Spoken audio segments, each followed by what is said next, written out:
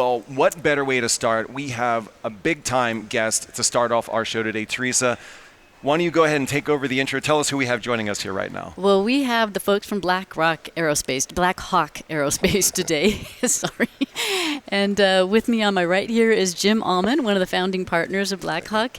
And to my left is Pete Bunce, who many people also may know, retired from Gamma earlier this year, and is on the board of Blackhawk as well as the board of Redbird Flight, which is obviously we're powered by Redbird here this week. So we're going to have a really interesting conversation with these guys, a little bit about what they do, but more specifically about some of the tax implications for aircraft owners to be considering now that the big beautiful bill has passed. So Jim, why don't you tell us just a little bit about the background and what Blackhawk does?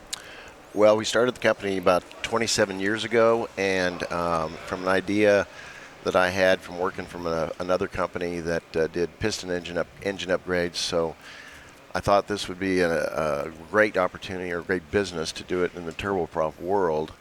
And so I pitched it to my business partners at the time. They thought it was a great idea. And one of them bought an airplane. It was a Cessna Conquest 425. We purchased an STC that already existed, but we had to clean it up. It was very old school. Everything was handwritten. There was no computer files and all that. So we cleaned it up and got it reapproved and bought an airplane, upgraded the airplane, and I just said, I'm just going to start flying it wherever I can. Anybody that will even have a remote interest in upgrading, I'll go talk to them, give them a ride. So my first one was in Denver, Colorado. I called the guy, and he said he had a Conquest, and he says, well, I don't think that'll work, but come on up. I went up there, demoed it, and he bought an upgrade, and that started the company. And then from there, we expanded into King Air aircraft, all the King Air series up through the 350 now. We did the Cheyenne series, the Caravan, all the Caravans, and of course the Conquest, and then we eventually now we do the Pilatus PC-12.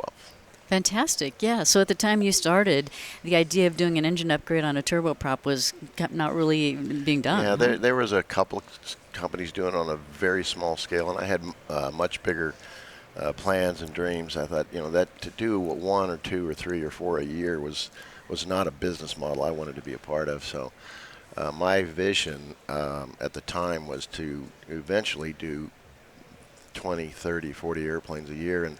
And now, I mean, we will buy from Pratt & Whitney. We're probably the third or maybe the fourth largest buyer of new Pratt & Whitney engines, PT6 engines in the world. So we're buying over 100 engines, brand new engines a year, and there's really not even many OEMs buy that many. So yeah, it's worked out. Yes, well, congratulations on that. Thank you. You've you. really proven the model. That's fantastic. And Yep.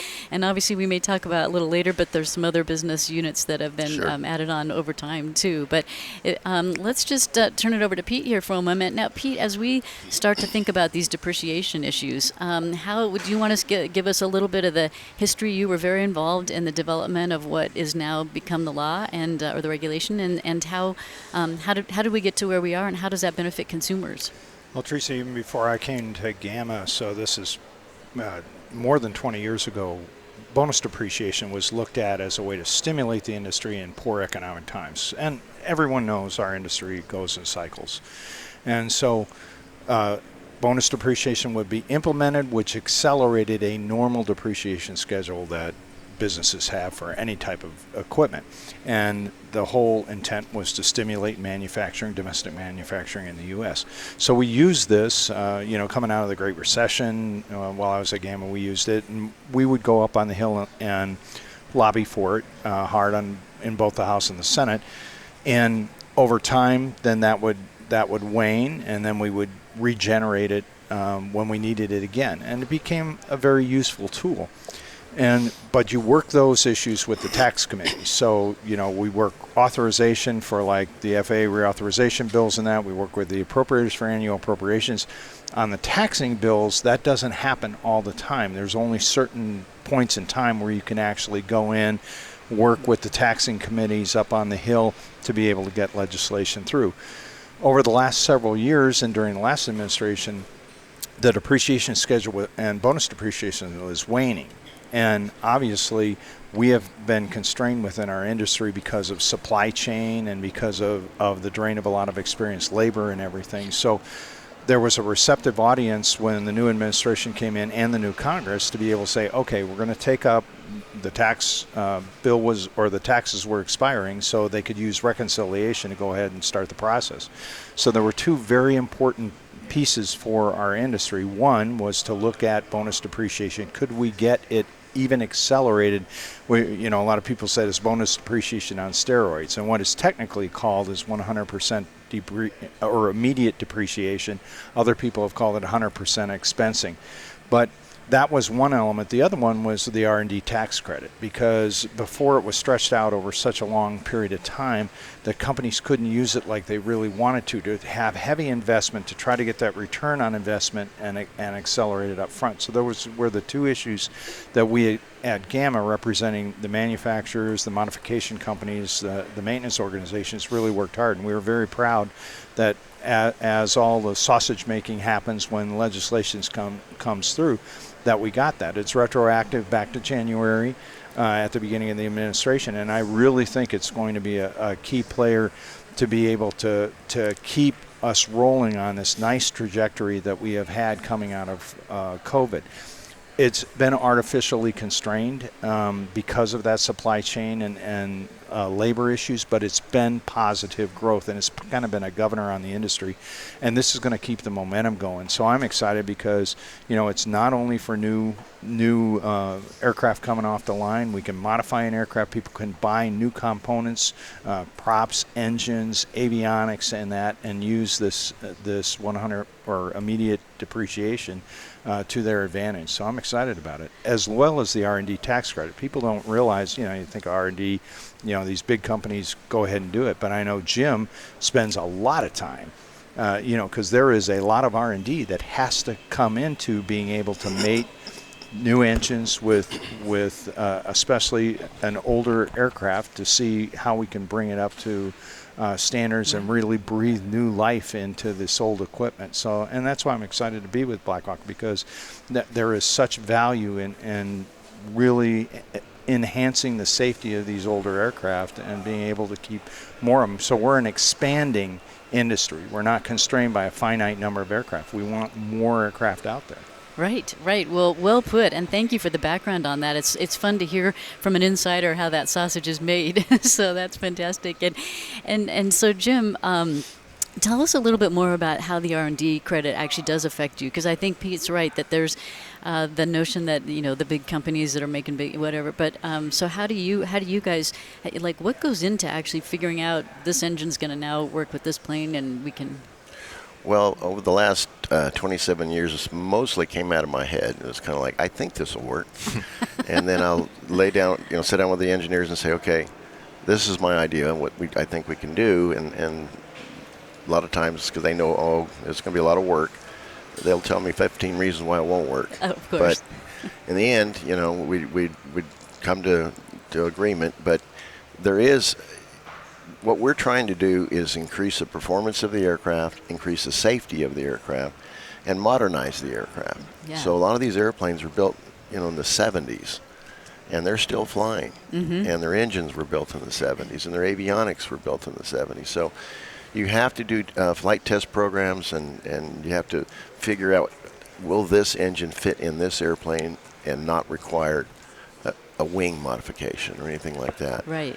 And same thing with the avionics. I mean, Garmin, our friends at Garmin, did such a fantastic job of bringing new technology to the cockpit that has increased the safety, 100-fold. I have Garmin in my airplanes, and I'm amazed at what they can do, and I'm looking forward to seeing the research and development that Garmin will do over the next 5 years to even make it even cooler. Right. So, yeah, we do a lot of engineering. We do a lot of research and development.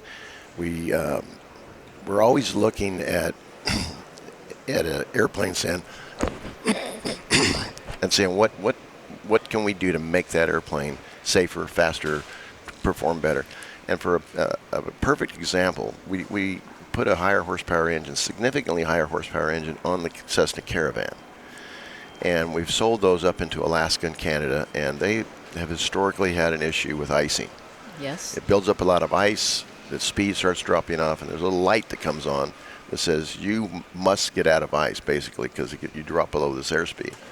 And a lot of them were lost because they just iced up too much and didn't have the power. Well, we gave them the power, and the light never would ever come on. Wow. And the research and development we did into ice shapes on the airplane, and then flying up into Nebraska and loading it up with so much ice. We had videos of this ice and be sticking out from the wing this far. No kidding. And we just throttle it on up and keep climbing right up out of it. So it's a huge safety factor. And then we've got operators in Africa, and the UN uses them to go into grass strips or dirt strips or jungle strips to take supplies in and medical supplies and take people out that are needing medical attention.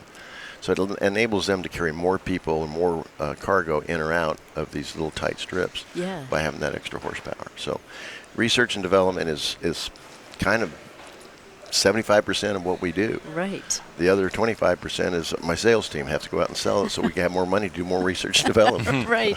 And keep expanding the capabilities. Exactly. I mean, those were some great use cases that you mentioned about, more sort of humanitarian types of things, and then obviously the situations in Alaska or in very, very cold countries, icing countries, so, areas. So that's wonderful. And so I think one of the key takeaways today for the viewers is that take advantage now. I mean, this is retroactive back to January, so if you've been thinking about upgrading your aircraft, now's a good time to do it. 100% depreciation this year if you'd want to do that. If you want to space it out over time, I think there's still like a 5-year schedule or something. Is that right, Pete? Yeah.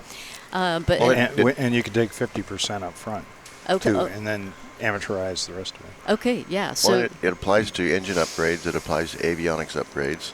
So, and it's not just our industry. I mean, if you're a construction company and you buy a new bulldozer or you buy a new dump truck or you have a computer company, you buy new software, it helps all the industry. This is not a rich man's tax cut. This is across all industries. Right. And it creates jobs. I mean, aviation is one of the biggest employers in the country, and I think that, but it should be known that it applies everywhere. Right.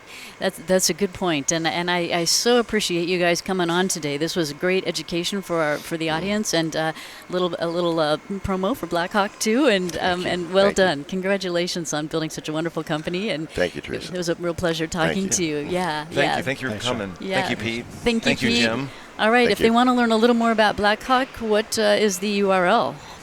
BlackhawkAerospace.com?